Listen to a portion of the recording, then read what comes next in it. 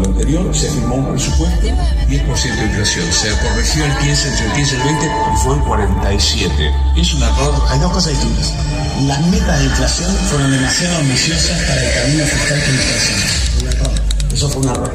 Cuando eso pase y vos tengas que